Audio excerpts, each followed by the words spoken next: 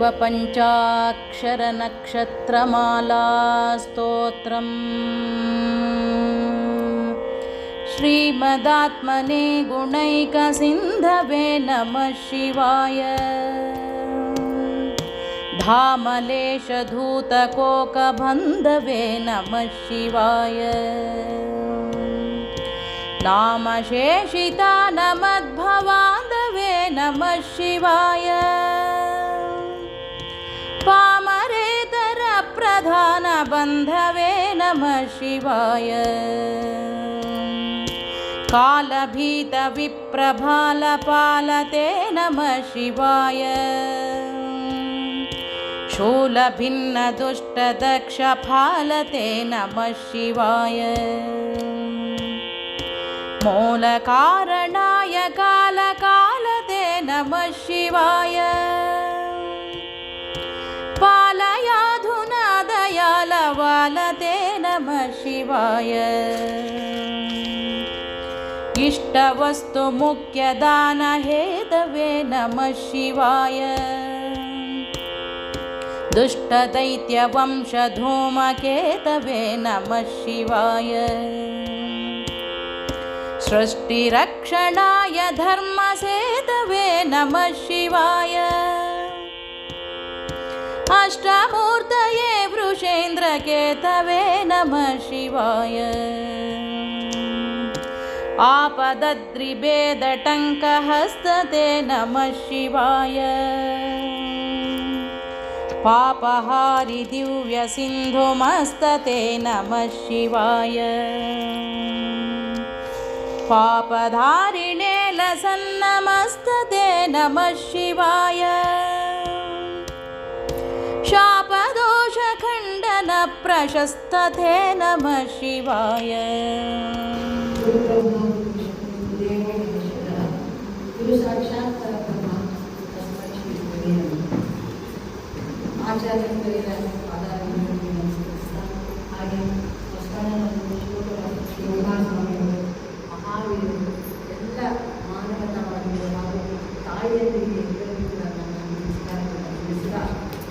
ಇಲ್ಲಿ ಸರ್ವಧರ್ಮ ಸಮನ್ವಯವನ್ನು ನೋಡ್ತಾ ಇದ್ದೀನಿ. ಸಂತೋಷ ಎಲ್ಲ ಜಾತಿ ಮತ ಭೇದ ಎಲ್ಲ ಒಳ್ಳಾಗ್ತಾ ಇದ್ದೀವಿ.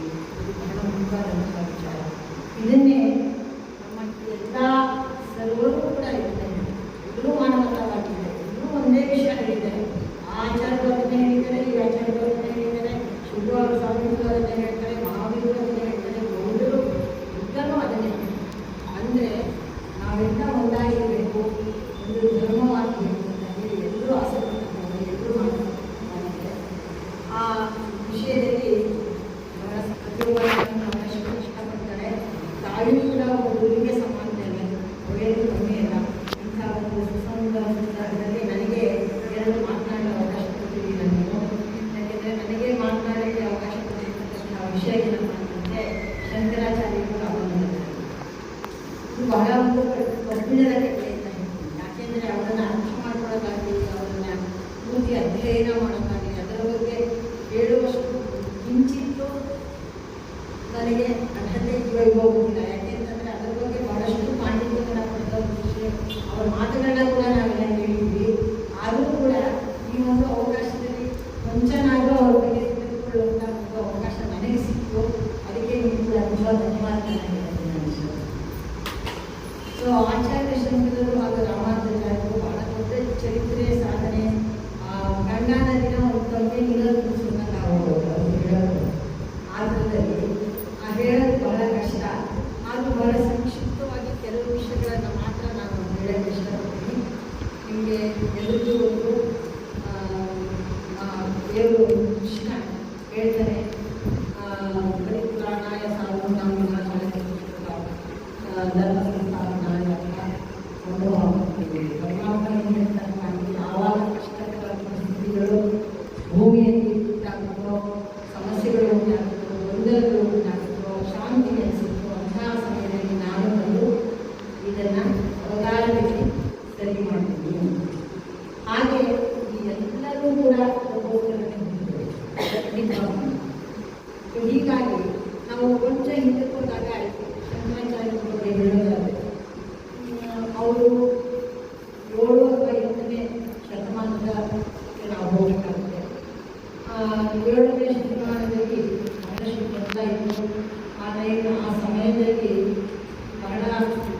ತೊಂದರೆಗಳಾಗಿತ್ತು, ಇಷ್ಟ ಸಮಸ್ಯೆಗಳು ಉಂಟಾಗಿತ್ತು, ಪ್ರತಿಯೊಬ್ಬರು ಜಗಳ, ಕಾದಾಟ, ವೈಷಮ್ಯ, ದ್ವೇಷ, ಅಸೂಯೆ, ಇದರಿಂದ ಇಡೀ ಧರ್ಮದಲ್ಲಿ ಅಶಾಂತಿ ಉಂಟಾಗಿ ಬೌದ್ಧರಾಗಿ ಇರ್ಬೋದು, ಜೈನರು ಇರ್ಬೋದು, ಅದೇ ಥರ ಚಾರ್ವಾಕರು, ಸನಾತನಿಗಳು, ಹಿಂದೂಗಳು, ಶೈವರು, ವೈಷ್ಣವರು ಎಲ್ಲರೂ ಅವರು ನಾವೇ ಹೆಚ್ಚು ನಾವೇ ಬಹಳಷ್ಟು ಜಗಳ ಆಡ್ತಾ ಇದ್ರು, ವೈಷಮ್ಯಗಳಿತ್ತು, ಗೊಂದಲ ಇತ್ತು, ಸಂಘರ್ಷಕ್ಕಾಗಿ ಕೊನೆಗೆ ವೈದಿಕ ಧರ್ಮ, ಸನಾತನ ಧರ್ಮ ಮೂರ್ತಿ ನಿರ್ನಾಮ ಆಗಿರುವಂತಹ ವಿನಾಶದ ಹಾದಿಗೆ ಹೊರಗಿದ್ದು ಅಂತಹ ಸಮಯದಲ್ಲಿ ಶಂಕರಾಚಾರ್ಯರ ಅವತಾರ ಆಯಿತು. ನಾನು ಎರಡನೇ ಸ್ವಭಾವ ಹೇಳಿದೆ, ನಾನು ಮತ್ತೆ ಹುಟ್ಟಿಗಳನ್ನು ಸರಿ ಮಾಡಿಕೊಂಡ ಕೃಷ್ಣ ಹೇಳಿದ್ದೇನೆ.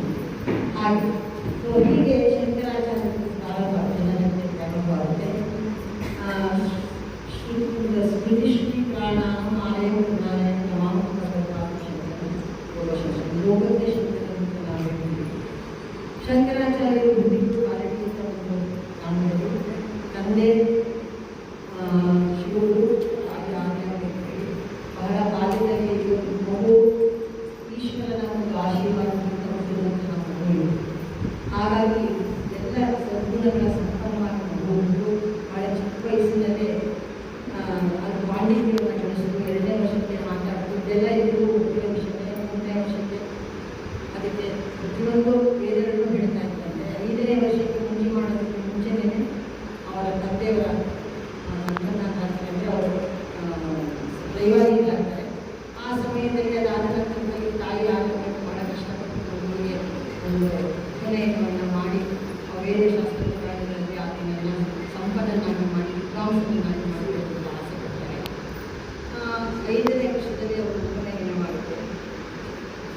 ಅದಾದ ನಂತರದಲ್ಲಿ ಶಂಕರಾಚಾರ್ಯರು ಎಲ್ಲ ಸರ್ವಶಾಸ್ತ್ರಗಳನ್ನು ಪಾಂಡಿತ್ಯವನ್ನು ಕಲಿಸ್ತಾರೆ. ಹಾಗಾದಾಗ ಅವರಿಗೆ 7ನೇ ವಯಸ್ಸಿನಲ್ಲಿ ನಾನು ಸನ್ಯಾಸಿ ಆಗಬೇಕು ಅಂತ ಇಷ್ಟ ಆಗುತ್ತೆ. ಆದರೆ ತಾಯಿ ಇಷ್ಟ ಇರೋದಿಲ್ಲ. ಅವರೇನು ಮಾಡ್ತಾರೆ, ನನ್ನನ್ನು ಬಿಟ್ಟು ನೀವು ಹೋಗಬೇಡ, ನಾನು ಒಬ್ಬರೇ ಹೇಗೆ ಇರ್ತೀನಿ ಅಂತ ಹೇಳಿ ಕೇಳಿಕೊಂಡಾಗ ಅವರು ತಾಯಿಯ ಅಂತರವನ್ನು ಅರ್ಥ ಮಾಡಿಕೊಂಡು ನಾನು ಹೇಗೆ ಹೋಗುವುದು ಅಂತ ಹೇಳಿಬಿಟ್ಟು ಸುಮ್ಮನಾಗ್ತಾರೆ. ಆದರೆ ಅಷ್ಟಕ್ಕೆ ನಿಲ್ಲೋದಿಲ್ಲ.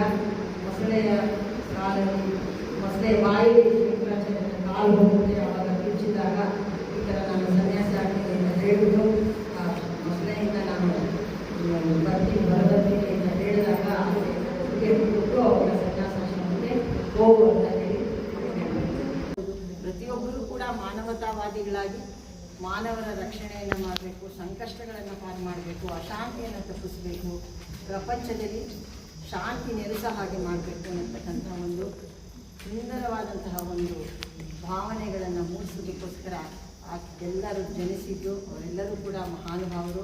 ಅದೇ ಥರ ತಾಯಿಯೂ ಕೂಡ ಹಾಗೆ ಅಪೇಕ್ಷೆ ಪಡ್ತಾಳೆ. ಎಲ್ಲ ಮಕ್ಕಳು ಕೂಡ ಚೆನ್ನಾಗಿರಬೇಕು, ನನ್ನ ಮಕ್ಕಳು, ನಮ್ಮ ಭಾರತಾಂಬೆಯ ಮಕ್ಕಳು ನಾವೆಲ್ಲ ಒಂದೇ ಆಗಿರಬೇಕು, ನಾವೆಲ್ಲ ಚೆನ್ನಾಗಿರಬೇಕು ಅಂತ ಹೇಳ್ತಾ ನನಗೆ ಅವಕಾಶ ಕೊಟ್ಟಿದ್ದಕ್ಕಾಗಿ ತುಂಬ ಧನ್ಯವಾದಗಳನ್ನು ಹೇಳ್ತೀನಿ. ಯಾಕೆಂದರೆ ಇದಕ್ಕೋಸ್ಕರನಾದ್ರೂ ನಾನು ಓದಬೇಕಾಗ್ತದೆ. ಇಲ್ದಿದ್ರೆ ಓದ್ತಿರ್ಲಿಲ್ವೋ ಏನೋ. ಕೇಳಿರ್ತೀವಿ ಅಲ್ಲಿ ಇಲ್ಲಿ ಅಷ್ಟು ಇಷ್ಟು ಕೇಳಿದಾಗ ಸ್ವಲ್ಪ ಗೊತ್ತಿರುತ್ತೆ, ತೀರಾ ಗೊತ್ತಿರಲ್ಲ ಅಂತ ಹೇಳೋಕ್ಕಾಗಲ್ಲ. ಆದರೆ ಅಧ್ಯಯನ ಚೆನ್ನಾಗಿ ಮಾಡಬೇಕು ಅಂತಂದರೆ ಮೊದಲಿಂದ ಕೊನೆಯವರೆಗೂ ಓದಬೇಕು ಅಂದರೆ ನಾವು ಪರೀಕ್ಷೆ ಹೋಗುವಾಗ ಮಾತ್ರ ಓದ್ತೀವಿ. ಈ ಥರ ಲೆಕ್ಚರ್ ಕೊಡುವಾಗ ಮಾತ್ರ ಓದ್ತೀವಿ, ಪ್ರಿಪೇರ್ ಆಗಿ ಬರಬೇಕು ಅಂತ. ಈ ಅವಕಾಶ ಕೊಟ್ಟಿದ್ದಕ್ಕಾಗಿ ಖಂಡಿತವಾಗಿ ಧನ್ಯವಾದಗಳು. ತಗೊಳ್ಳೋಣ, ಅದು ಅದಕ್ಕೆ ಅಭಿಯಾನದ ಒಂದು ಭಾಗ.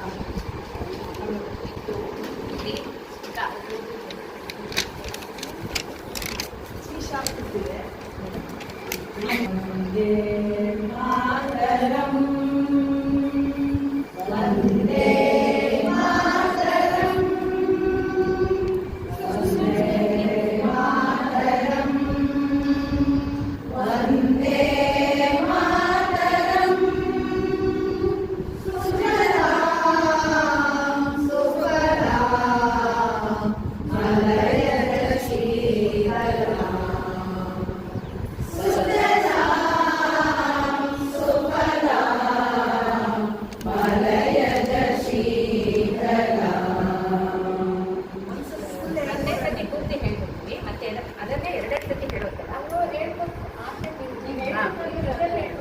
ಶುರು ಮಾಡುವಾಗ 2 ಸತಿ ವಂದೇ ಮಾತರಂ ಹೇಳ್ತೀರಾ, ಕೊನೆಯಲ್ಲಿ 2 ಸತಿ ವಂದೇ ಮಾತರಂ ಹೇಳ್ತೀರಾ, ಅಂತ್ಯದಲ್ಲಿ ಬೋಲೋ ಭಾರತ್ ಮಾತಾ ಕಿ ಜೈ ಹೇಳ್ತೀರಾ, ಮಧ್ಯದಲ್ಲಿ ಒಂದೊಂದು ಸ್ಟ್ಯಾನ್ಸ್ ಮುಗಿದ ತಕ್ಷಣ ಒಂದು ಒಂದ್ಸತಿ ವಂದೇ ಮಾತರಂ ಬೇಕು. ಇಷ್ಟು ಗಮನ ಇಟ್ಕೊಂಡು ಒಂದ್ಸತಿ ನಾವು 3 ಜನ ಹೇಳ್ಕೊಡ್ತೀವಿ. ಅದು ಮುಗಿದ್ಮೇಲೆ ಎಲ್ಲರೂ ಒಟ್ಟಿಗೆ ಬಂದ್ಬಿಟ್ಟು ಹೇಳ್ತಾರೆ. Ready 1 2 3 start. ವಂದೇ ಮಾತರಂ ವಂದೇ ಮಾತರಂ ಸುಜಲಾಂ ಸುಫಲಾಂ ಮಲಯಜ ಶೀತಲಾಂ ಸಸ್ಯ ಶ್ಯಾಮಲಾಂ ಮಾತರಂ ವಂದೇ ಮಾತರಂ ಶುಭ್ರಜ್ಯೋತ್ಸ್ನಾ ಪುಲಕಿತಯಾಮಿನೀ ಮುಲ್ಲಕುಸುಮಿತದ್ರುಮದಲಶೋಭಿನೀ ಸುಹಾಸಿನೀ ಸುಮಧುರಭಾಷಿಣೀ ಸುಖದಾಂ ವರದಾಂ ಮಾತರಂ ವಂದೇ ಮಾತರಂ ಕೋಟಿ ಕೋಟಿ ಕಂಠ ಕಲಕಲ ನಿನಾದ ಕರಲೇ